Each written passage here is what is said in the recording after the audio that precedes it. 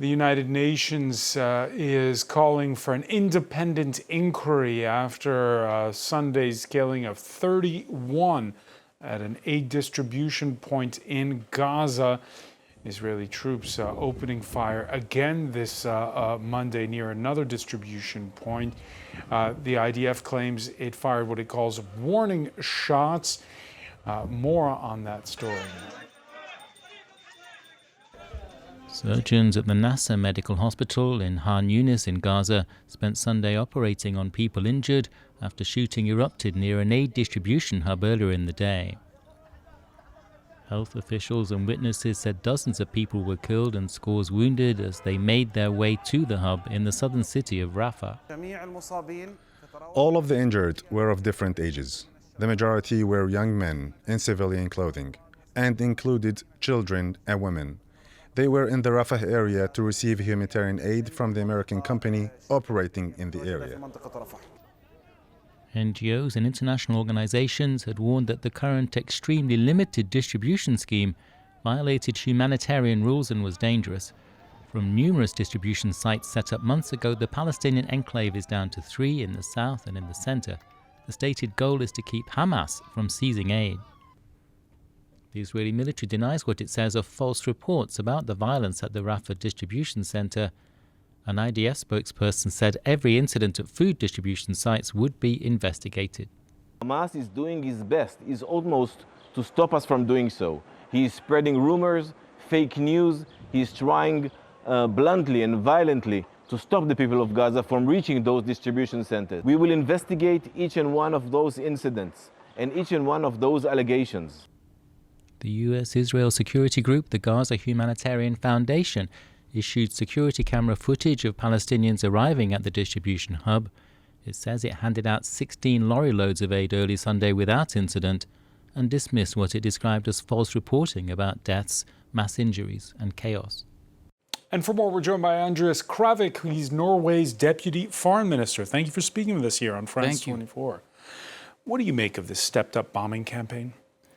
Well, I think the situation now in Gaza is catastrophic. We have more than 54,000 dead, 17,000 children. We have hospitals, schools are in ruins. We have a lack of humanitarian supplies. We have a lack of respect for fundamental norms of international humanitarian law. So we have said now repeatedly that there needs to be a ceasefire. We need to get humanitarian supplies into the Gaza Strip. And we need to start negotiations for the purposes of agreeing on a two-state solution. So that has been the Norwegian position for some time. And we are continuing to work with partners, including France, in order to bring that about. Why is this bombing campaign happening? Well, I think Israel and the Israeli cabinet have made it clear that they want to see the total elimination of Hamas. And it seems that they are not satisfied with the current reality on the Gaza Strip, whereas I think for us, what's important now is to, again, reach a ceasefire so that we can reduce the human suffering that we're seeing, which is really unconscionable on the Gaza Strip. And there are negotiations, of course, ongoing, and we'll see what happens. And we're encouraged by the fact that the U.S. have put forward now a proposal which is on the table. So we'll see if Hamas and Israel are able to coalesce around that proposal. And that's something that we have made clear to both parties that we would strongly recommend. Norway has historically played a role when it comes to humanitarian aid through the Norwegian Refugee Council. Right. Right now, what do you make of this Israel and U.S.-backed organization that wants to take over the distribution of aid? Yeah, this Gaza Humanitarian Foundation, which I believe is the title, is clearly not in line with basic humanitarian principles. And what's especially discouraging is the fact that we have 9,000 trucks right outside of the border of Gaza ready to go in and provide humanitarian supplies, but they are not given access. Instead, we have this new foundation that has been set up, which is not equipped to provide humanitarian relief to the Palestinians, which is operating in violation of, again, basic humanitarian standards. So we have said that it's not in line with our priorities, our principles to work with this foundation, and the same position has been taken by the UN and most other humanitarian organizations. So we are encouraging Israel to go back to working with the UN and give the UN and other organizations an opportunity to provide relief to the Palestinians. How much dialogue do you have with Israel now that you've recognized a Palestinian state? Well, in fact, we just visited Israel. I was there with the foreign minister last week. I spent 3 days in Israel. I met with the president, the foreign minister, and other representatives of the Israeli government. And how would you characterize those discussions? well, I think those conversations were factual. They were straightforward. We were clear about two things. One, that we are a friend of Israel. We're a friend of the Israeli people. But we take strong issue with the military campaign on the Gaza Strip and also the settlements that are being expanded on the West Bank. We think this is a violation of international law, and also we think it's not in line with Israel's security priorities. Andreas Kravik, you're in Paris maybe 2 weeks before France recognized the Palestinian state. Emmanuel Macron will be in New York for a UN conference co-hosted with Saudi Arabia. Paris has hinted it could recognize a Palestinian state. What's Oslo's experience? Is it worth it at this point? Are you happy with the decision you made? Yeah, I think it's worth it, and we are very appreciative of everything that we're seeing now from France and President Macron in terms of leaning forward and setting a clear direction to what needs to be done. We are appreciative of the conference that will be organized now in New York in a couple of weeks. We have been tasked with coordinating one of the meetings on the Palestinian economy with Japan. That's something that we're preparing for. We would strongly encourage France to recognize Palestine as a separate state. I think it's a clear response to those elements on both sides, Hamas and the current Israeli government, who are not working towards a two-state solution. So we need to give momentum to those on both sides who are, in fact, trying to bring that two-state solution For about. now, it's mostly symbolic. Does it matter, that recognition? I think it matters. Has it mattered? I think it matters. I think if the international community can make a strong statement in favor of the two-state solution, providing support to those elements of both sides of the conflict who want to see a two-state solution, I think that's important. And France, with its credibility, legitimacy as a permanent member of the Security Council, for France to take that step would be, I think, imperative in moving this forward. You've insisted on this conversation on the term two-state solution, and I know that Norway, with the 1992-93 Oslo Accords, you were one of the facilitators for what was meant to be a pathway to peace. At this point in time, is there any hope for some kind of a grand bargain?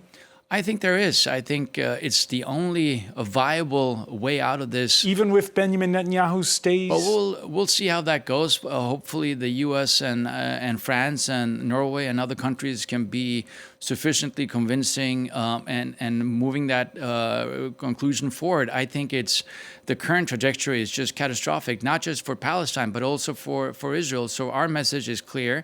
The only reason, or the only way for Israel to have security and international legitimacy is by moving forward on the basis of a two-state solution. And that has been our message now for several years.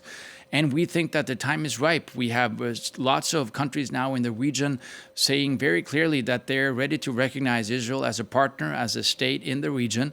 But that needs to be based on some sort of recognition of the Palestinian plight and the Palestinian statehood. So I think there is a potential compromise there, but of course it requires a political will on both sides, and that's what we're trying to bring about. The Oslo Accords were torpedoed by radicals on both sides. Right. Are you approaching it this time differently? What is the thing you can do differently this time? Well, that's exactly right. And that's also why it's so important for us to work with those more moderate elements within Israel and within the Palestinian community in order to give them leverage in their respective communities. How do you give them leverage? I think one of the ways is to recognize Palestine as a state, because you're then stating unequivocally that this is what we're trying to bring about. I think also by trying to help the Palestinian Authority reform itself so that it can lead on the basis of international standards, that we can stand together with them and also with our Israeli counterparts in terms of moving this forward based on international principles. This is the only way for us to achieve an outcome which is based on two states living side by side in peace. But of course, I recognize that it's difficult, But there are no other alternatives. The two-state solution is the only alternative, and that's the basis for our approach to this conflict. Have you been speaking with the United States and with their mediator, Steve Witkoff?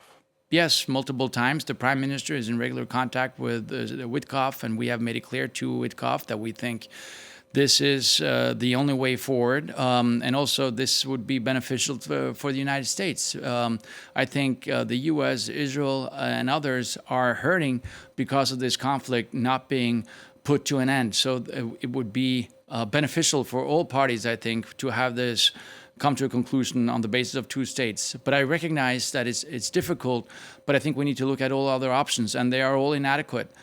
So the two-state solution is the only outcome that could provide stability in the region, and that's why it's so important for us to work with the U.S. and, of course, Israel and Palestine and other partners in order to bring that about.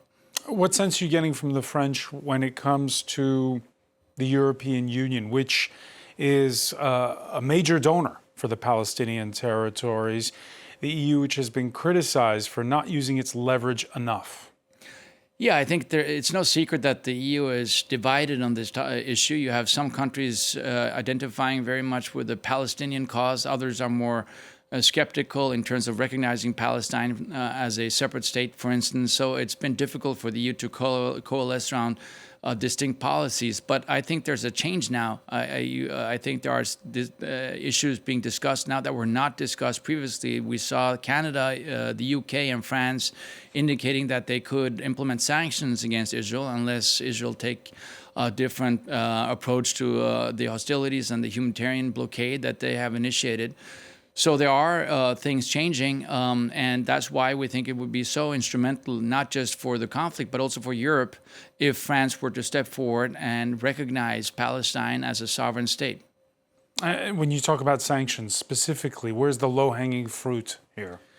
Well, we have heard mixed signals. I think the UK has also indicated that they could be contemplating asset freeze. They could be contemplating travel restrictions. I mean, there are all kinds of sanctions that could be initiated. But of course, we have also stated that this could be something that we could also align ourselves with, but that needs to be part of a broader coalition of states. But our priority at the current moment is to help facilitate a ceasefire, help facilitate a pathway towards negotiations that could ultimately lead to the two-state solution.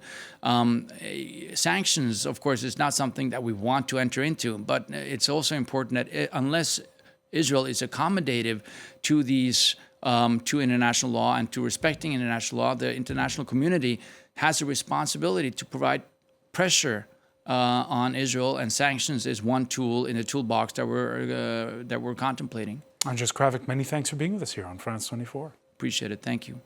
Stay with us. There's much more to come. More news plus the day's business. And in sports, a French surprise at the French Open tennis tournament. I'll tell you all about it.